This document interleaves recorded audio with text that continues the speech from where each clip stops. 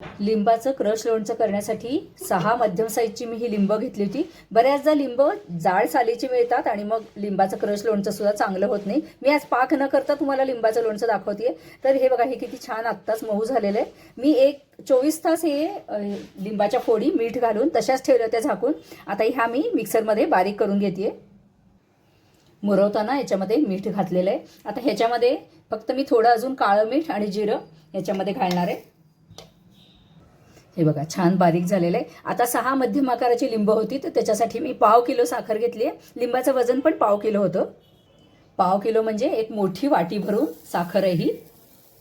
साखरेबरोबर परत एकदा या लिंबाच्या फोडी फिरवून घेते। मस्त बारीक झालेलं आहे अगदी। याच्यामध्ये मी हे बॅडगीचं तिखट घेतलेलं आहे, म्हणजे काश्मीरी मिरचीचं तिखट आहे आणि हे साधं तिखट आहे। तुमच्या तिखटाच्या आवडीप्रमाणे तुम्ही तिखट याच्यामध्ये घालू शकता। आणि या स्टेजला तुम्हाला जर साखर कमी वाटली तर तुम्ही वरून पण पिठी साखर मिसळू शकता। साखर मिठाचं प्रमाण योग्य असेल तर हे लोणचं शिजवायची पण गरज नाही आहे आणि फ्रीजमध्ये पण ठेवायची गरज नाही। मस्त चविष्ट असं लिंबाचं क्रश लोणचं आपलं तयार झालेलं आहे। या पद्धतीने करा, म्हणजे मग तुमचं लोणचं पण खूप मस्त होईल। धन्यवाद।